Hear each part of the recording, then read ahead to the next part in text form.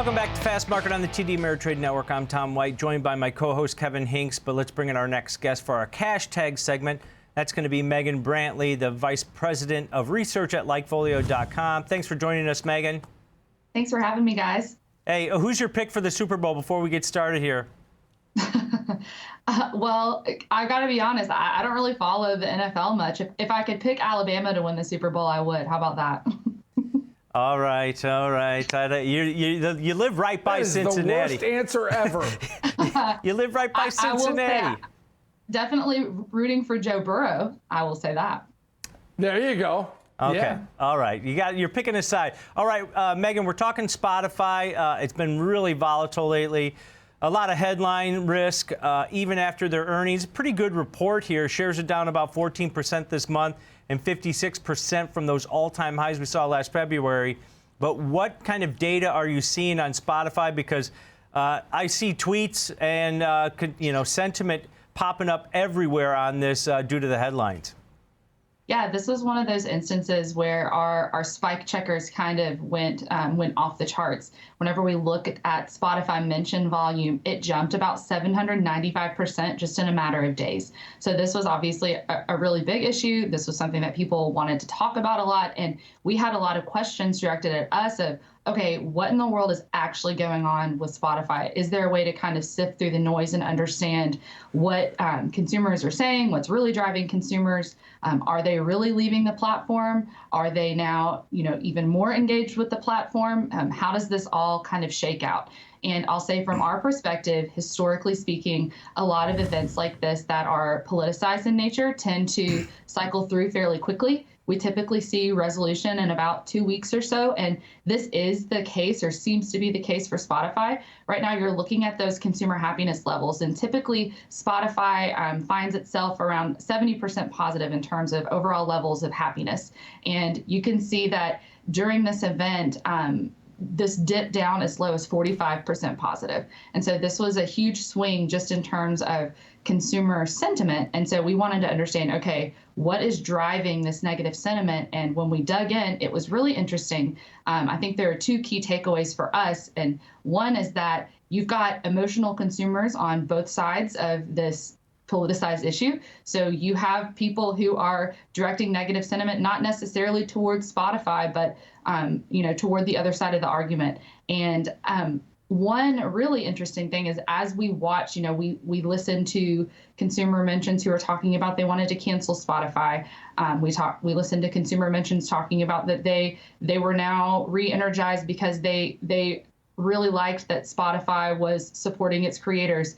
And then we also had mentions of people who are talking about just overall censorship concerns. And you can see a shift that whenever we kind of isolated all of these different drivers of sentiment, as this crisis unfolded, the tide of voices for actually supporting the creator, and Joe Rogan in this case, outweighed the calls to cancel. So that's an interesting shift as this conflict kind of unfolded that we observed.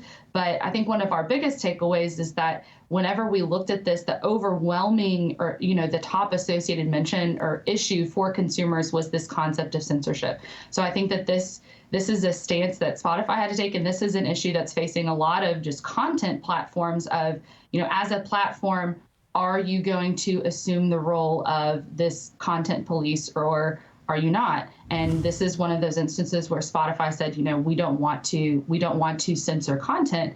And we're starting to see some sentiment resolution. I checked this morning, and I believe Spotify consumer sentiment was all the way back up to around 63% positive. So still a bit lower. There's still some normalization to go. But from a mention volume perspective, as of yesterday's, our last day of full complete data, our mention volume had completely normalized. So it looks like, at least from a consumer top of mind perspective, that now, the biggest part of this is behind Spotify.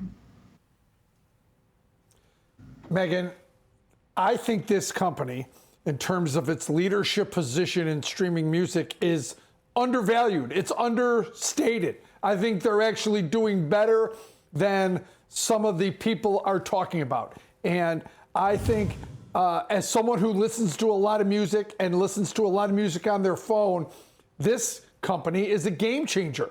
Right now, they have to figure out how to make more money and become profitable. And some of their massive amounts of growth earlier are starting to slow. Last year, it was 18%. That was down from 2019 from 30%. So it's lost a little bit of its growth momentum. But they're still the dominant player. 32% is double of Apple Music. Is Apple, who's their biggest competitor? Who are they competing with? I'm 99% of the focus in my world is music, but I know they're making a big commitment into podcasts. But who's their biggest competitor? Is it just the Apple universe as we know it? So this was another really interesting takeaway whenever we were conducting our analysis of this event, because from if you wanted to look at overall market share, especially before this event, Spotify we had as definitely the dominant player, followed by Apple Music, then Tidal, and then Pandora, which Tidal is owned by Block. And what we saw is an enormous shift for users that actually did leave the Spotify platform. Where did they go? And the growth for Tidal was really, really large. We actually saw the market share of Tidal almost double whenever we look at the share of that pie in terms of overall mention volume. And I think what's really interesting is when we dug into what consumers were talking about, they talked about how easy Tidal made it to transfer Spotify playlists, how seamless the transition was from one platform to the other. So I think that Tidal has more of a Spotify feel. And what's interesting too is that Apple Music, we actually saw that happiness decline by about 2 points during this event. We saw a lot of mentions of people who talked about the platform feeling clunky, it feeling non-intuitive, the fact that they weren't able to transfer their music, the fact that they were missing some features. We saw a lot of tweets of people saying, how do I queue a song and things of that nature. So I thought that this was interesting that from our data's perspective, probably the most unexpected winner from a streaming platform comparison is Tidal. Yeah, and Megan, when you look at this in the consumer, happiness mentions and how it's finally starting to tick up after that rough patch over the last couple of weeks with this, I always equate this to the market getting comfortable with something. Yeah, they had a lot of cancellations. I know a lot of the data points mentioned that cancellations for Spotify were up pretty significantly.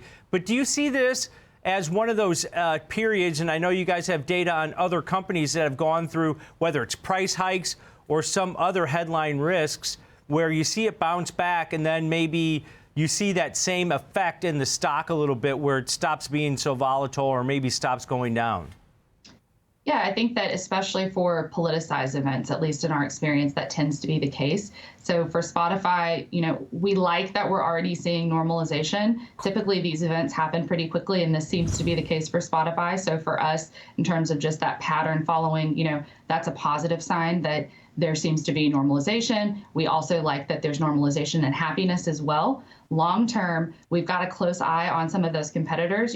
Do those demand mentions for Tidal, for Apple Music, do they remain higher than they were prior to this event? Or do they start to sink off and do users, maybe they don't talk about it, but they go back and start using old faithful Spotify that they were used to and that they had developed and built out for themselves. And so these are just a couple of the metrics that we'll be watching moving forward, but definitely from our data perspective, it seems like things are cooling down. And at least from a happiness perspective, prior to this event, Spotify was definitely the dominant leader in streaming. It was the dominant leader when it came to podcasting, and its happiness levels from just an overarching perspective were higher versus peers, especially Apple Music.